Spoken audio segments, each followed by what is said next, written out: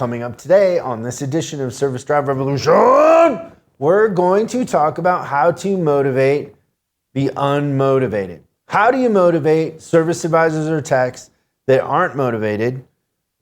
We also are going to talk about the virtual coaching meeting we had, how I dressed up like Hulk Hogan but did not tear my shirt off. Rob the world of an opportunity there. I'm Chris Collins. This is Christian. Hello, everyone. That and much, much more coming up on this edition of Service Drive Revolution.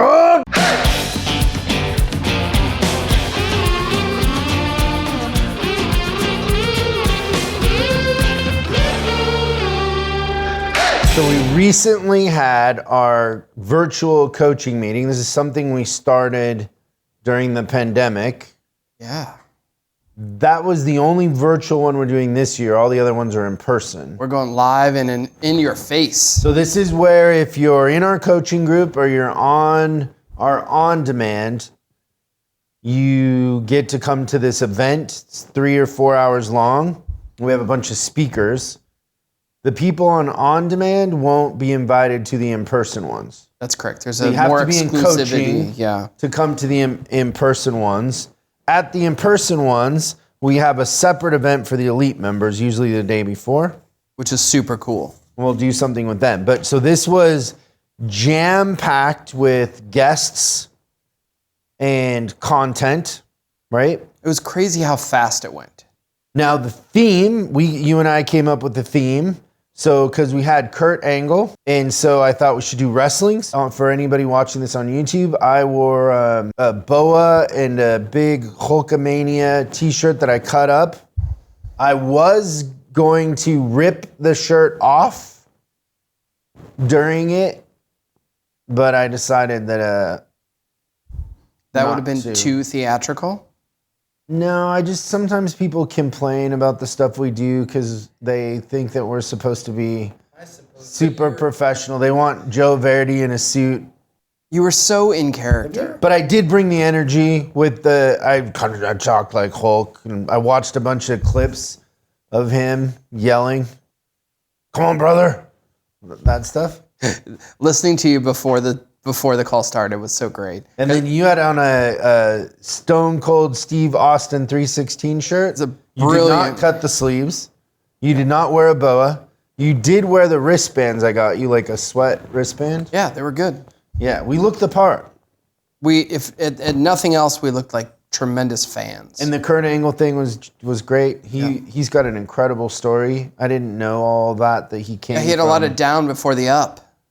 He had to double down. That's right. He has outperformed his hand of cards. So that was great. What was your favorite part of the whole event? Yeah, the power couple for me, Aaron and Lena. So that's interesting. Do you know how that came about? Patricia said that she engaged Lena first. The topic of the event was how to dominate your market. And so Lena is a volleyball player from Bulgaria. I think so. It was one of the Eastern European countries. And for sure. she has an incredible story, ended up coming here, right? And so then what happened? The fact that she didn't even play beach volleyball until like way later on in life and still got to a point where she did that. And then her husband is a football player with the, dare I say, Green Bay Packers. That was funny, but let's come back to that for a second, the Green Bay Packers. So you were going to say that we engaged Lena. Yes. And then she knew the theme was to dominate, and she goes, my husband won a Super Bowl. Never part of the conversation before. Never part of the conversation before. Yes. My husband won the Super Bowl with the Green Bay Packers, and their whole theme that year was dominate. It's like what they said. It was their mantra. And sent us a clip, and Reggie White is screaming "dominate" and the whole thing. So she said, "Can he come on and we'll do our thing together?" And it was incredible. It was magic, like they'd done it a billion times, but they hadn't. Yeah, and I have the feeling that we are going to see much, much more of Lena and Aaron doing that together because they had a chemistry and they're both bad.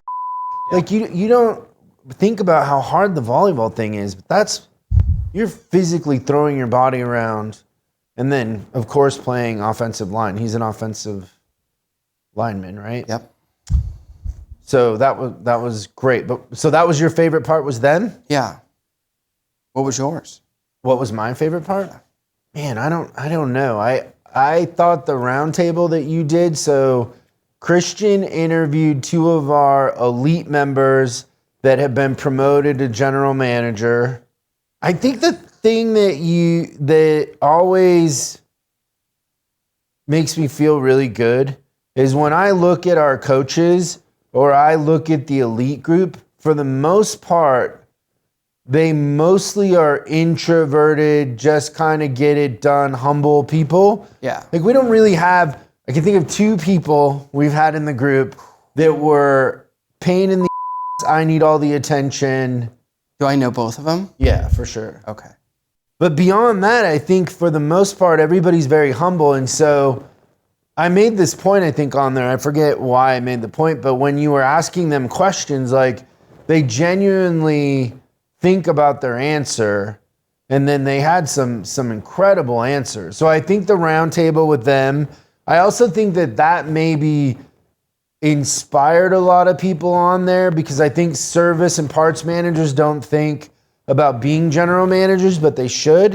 And it's the future of our industry. That's right. And that's been something we've been trying to work on and encourage. And elite is kind of the first step to that, right? Yeah.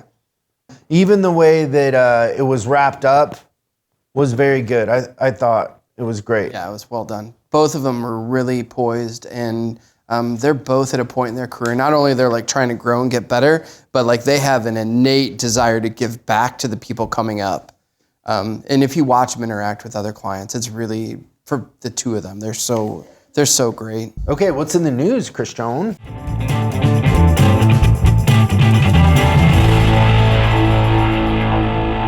Shoichiro Toyota, he was the one that brought like really the Toyota expansion of Lexus back in the 80s and early 90s. He has passed away at the ripe old age of 97. Holy cow. What a game changer for the automotive industry. So much respect to him and his family. So that was the serious thing that we wanted to get up. If you had to guess a manufacturer that's in the news that we talk about regularly, what brand would that be? Tesla. Tesla's probably right up there, but Ford. Ford is our gift today. It's kind of related to Tesla because it's about this first bit of news is about production of the electric F-150. The Lightning? The Lightning. I would love to get one of those for my mom. Maybe not this one because they stopped production because there's a battery fire. So they got to figure out the battery part of the electric car. The batteries catch on fire? Yeah, caught fire during a PDI. That's pretty cool, actually. The Tesla batteries catch on fire. It doesn't stop them from selling them. Some great pictures of burned up Teslas on the internet. Yeah, so currently they are stopped production. Ooh. So that's not good for them. They're already far behind Tesla, and then. Do you think they make money on those? No, if like I had to usually guess. on a new model like that, they're probably so sunk not into making money, right? all the production that has to happen, right? Yeah, it's too bad because I don't know. I think they did a good job with the marketing on that thing. So we're taking a pause with the F-150. How do you think those do in the snow? I would think okay, but they're all-wheel drive. So I think that you have instant power and good traction. I think that would be a great car for my mom. Yeah, especially because plowing is not the first priority up in that area, right? No, they but let when it snow and then they clean it. Yeah, when it snows, it's hard. Yeah. So, and right along with that, Ford to cut 3,800 jobs in Europe to shift to electric vehicle production. So just in case anyone's wondering, so they've stopped producing the electric vehicle, but also let go of 3,800 other jobs related to non-electric things. kind of like us on this building. We're all in. Ford is committed to the road of electricity. But yeah, 3,800 jobs cut in Europe over the weekend. Oh, over the next 3 years, sorry. But yeah, they're transitioning into the all-electric role. But maybe they got to get the all-electric thing figured out first. Oof. Are you ready to talk about the subject of the day? I really am. Okay, this is what we keep seeing on social media, mostly in our Facebook group, that managers are asking, how do I motivate the unmotivatable? Like they have, mostly it's service advisors, but sometimes techs that just, you can't motivate them. They're not motivated. They are not motivated by pay. They're not motivated by anything but time off and being left alone and not judging them by their performance. So they don't want to be judged by their performance. They don't want to be bothered. They don't want to be held accountable. They really don't want to be there. Yeah, it's a weird situation. So have you ever ran into that? When you were a manager, did you ever have advisors or techs that were non-motivatable? I'd say probably one or two. I don't know that I remember that being an overarching occurrence. I always remember your service drive was very fun. Yeah. Like people were having fun. Always. Yeah. It never seemed like anybody was not interested in being there. Right? Yeah, I think that's really fair. I don't ever remember having that experience. We had it's not unlike here. We definitely had like a work hard, play hard environment. But people were friendly. Yeah. Like they were enthusiastic, right? Because I think enthusiasm, motivation, they go hand in hand. Yeah. Well, I put together a little list of what I think. Oh, I can't wait. I got some notes here, but I can't wait to hear your list. Okay, the first thing that I put on my list is you have to look at yourself. That's right. Because most of the behavior that happens because people copy. It's monkey see, monkey do in a lot of ways, right? Like what is the key to being a good parent at the end of the day? It's being present. Most of what kids, you don't have to teach kids a lot of stuff. If you're around and they see you, they're going to learn, right? Yeah. When we're kids, we learn by watching adults, and then sometimes we learn from our friends at school that know more about I remember learning a lot of stuff from birds my and friends bees at school. and things like that. But you learn from who you're around and what you see. And so, well, I mean, I think the example of your service drive is a good one in the sense that those advisors were kind of a reflection of me, probably. Yeah, just like our coaches, and like we're all kind of very similar, and a lot of the elite members are very similar. Like we all kind of are pretty much the same MO. Yeah. The same kind of people, the same values, I guess, right? Oh, I think that's true. So you kind of attract who you are. Definitely we attract who we are, but I was consciously trying to hire people that were different than I was. At the end of the day, I hired a lot of people that were similar to me. But I was consciously there's someone for everyone. What you're saying is they came from different vocations. Yeah, different walks of life. So a lot of times the leader or manager that would be saying like, hey, my people aren't motivated, do you think that there's a chance that person shows up a little late, shows up a little unprepared, isn't exactly putting in the best day of work, getting involved, their presence isn't felt everywhere? Is that possible? Yeah, so the thing I wrote down in relation to that was speed of the leader, speed of the team kind of thing. Yeah. Yeah. And so what sort of things did you do as a manager to make sure your presence was felt? I was always on the drive. When I was in my office and it had been too long, I was like, oh no, I'm missing something. So getting out there and constantly talking to people and with customers was super light. Like, I mean, you got to remember too, when you're in the same place for 14 years, like, everybody that comes in the door. So I was trying to convey to my people that like the joking around and building relationships and everything like that. So it was, that part of it was a lead by example. And then on the backside, like we were really looking at the activities. We did a lot of like goal setting and talking about results, and everybody was, you got to remember too, we had a store that was really involved in the comp. So we were constantly talking about that. I remember having everybody. Explain to everybody what the comp is. So it was that's the thing that we have as part of our coaching program that essentially pits stores against stores of like brands from around the country. The advisors compete, and then the stores are graded based on the performance of the advisors. So I remember all the time having people in my office. Oh, that's another thing too. My office, I moved onto the drive as opposed to being in the waiting room. That was another huge thing that was a big difference. So my that's office, big, though. Yeah, my office overlooked the drive, and then I could look to my left and see the shop. So I had a bird's eye view of both sides. That was probably a game changer as far as that goes, because the other office that was supposed to be the manager's office was empty. The only time people went in there was to mark the board. So trying to do that, but I remember everybody was all in. Like it was a big team thing. Like we were trying to win as a team. Yeah, I just remember you being out and about. I remember you being in the shop a lot. Oh, I talked to the technicians all the time. I also remember when we would walk through the shop together, the enthusiasm from the technicians and your rapport with them was evident, that there was a team atmosphere, and they were, you were doing advanced calculus in a sense with the way you were doing instant inspection and all that. The willingness the techs had to do things was not normal, in the sense that you had logistical issues with the building, but they were still very willing.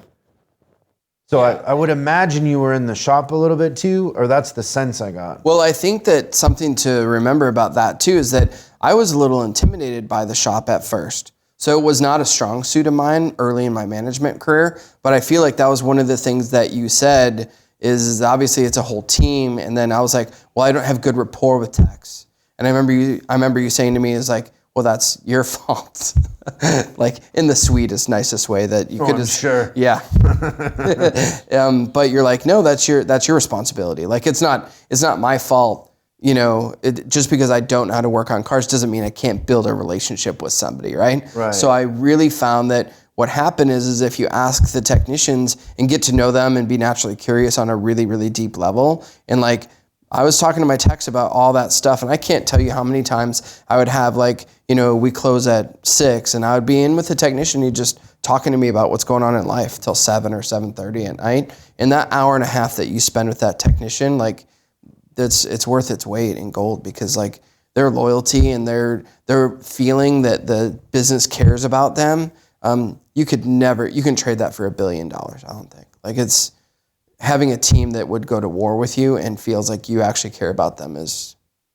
So if I said my impression was that your presence was felt in the shop, what specifically do you think caused that? Certainly like the way that we were looking at cars and with the customers, like the instant inspection part, and just getting out there and always talking about what are we doing today. When we're talking about the idea that your people aren't motivated, we're really talking about the symptom. That's the outcome, not the cause. Yeah. And so what you want to be really careful is investing a lot of your time fixing a symptom, right?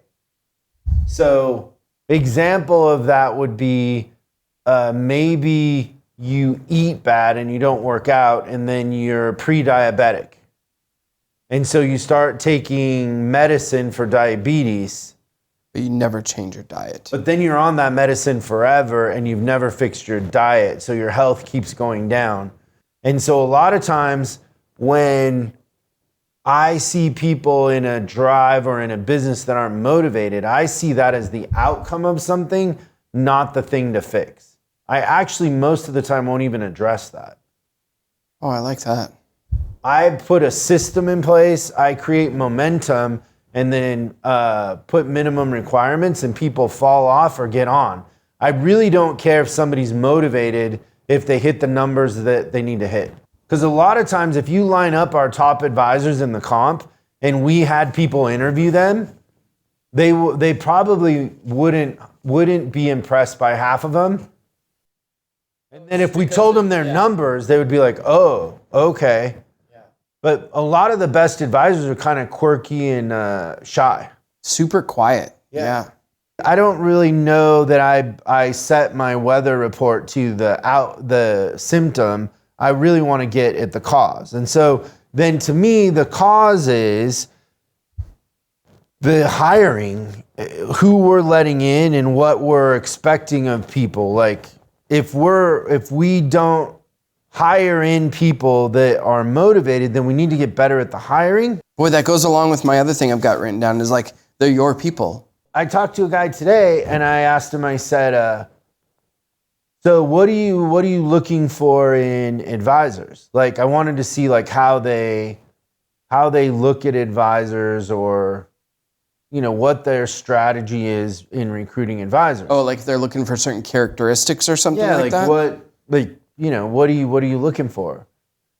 And the guy's been, was a manager for a long time, has a lot of experience, and he said, well, people can interview good and they're terrible, so I just throw them against the wall and see if they stick. That sounds super painful. Not much of a system. It sounds like trial and error. And so how much work have I gone to get better at interviewing? Tons. Yeah, like I went to CIA interrogation training. Yeah. I'm certified in interrogation. How many people, Christian, do you know that are certified in interrogation? One.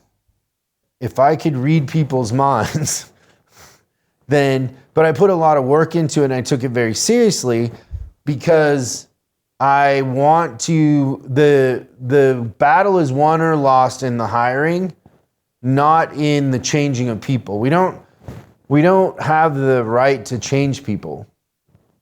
Nor in most cases, the power. Nor does it ever work. Yeah. They just become bitter. That's right. Because if you're trying to get somebody to want something they didn't want, at the end of the day, they never wanted the thing they were trying to get them to want. Yeah. And it's a lot of work for nothing. Yeah, it reminds me a lot of, like, you watch these people, like these motivational speakers, right? And Tony Robbins? Yeah, so these motivational speakers, and I get to thinking one day, and I'm like, how many motivational speakers does it take to change a light bulb? No light bulb gets changed. Well, the answer is 0 because the change is in you. Oh, that's very profound, Buddha. Yeah. Continue on. No, but I think that's a good point. Like, it's in them. It's their thing. Like, you can't. Who wants to hang out with people that aren't motivated? Wholeheartedly, when I go in to fix anything, the management or the ownership will be like, do you think Christian's going to make it? He's gone through divorce or whatever. And never, ever, ever do I bite or care. I'm like, here's what I'm going to do is I'm going to put a system in place and a set of rules, and then we're going to see if they want to come along. We're going to invite them. We're going to encourage them, but we can't change them, and it's up to them. Yep. But what we're going to do is start interviewing and having a bench. Yeah, we're not going to let that be the thing that holds us back. We're going to have a really good pay plan. We're going to attract the best talent, and we're not going to change the pay plan every 6 months and try to manage them by a pay plan. That's right. That's the other thing that happens in those situations is then they start trying to manage them by the pay. You're trying to motivate somebody who isn't motivated by the pay plan. When money doesn't do anything for them. Yeah. And so then you come into these 7-page pay plans that make no sense. And it's like, no, let's make a really simple pay plan that attracts the good ones. Let's go find the good ones. Yeah. That are already plenty motivated. Yeah. So often. And so getting better at the interviewing and recruiting and having like a standard that is acceptable kind of does it for you. I don't know. I have a hard time talking about the symptom and not fixing the cause. That's right. It's a really hard thing. That's happening in that Facebook leadership group when I'm answering questions, is I would say half the time the questions are about the symptom. And my answer's way over here. which is always surprising to me. Yeah. You almost have to get them redirected, then you can answer. But like if you answer, they're not receiving it like they need to. That's my thoughts on how to motivate the unmotivated is look at yourself first, then get better at hiring and hire people that are motivated. Put structure and a culture in place that you have to perform to a certain level, and let the rubber band go. That's it. It's pretty easy. It's not that hard. But don't try to change people. It doesn't work. So true. Good stuff. Thanks, everybody. We'll see you next time on Service Drive Revolution. Thanks so much for watching this episode of Service Drive Revolution. We're uploading new stuff every day, so make sure you subscribe and click the bell icon so you don't miss out. If you have a question you'd like us to answer on the show, call 8333-ASK-SDR and we'll answer your question on the show. That's 8333-ASK-SDR.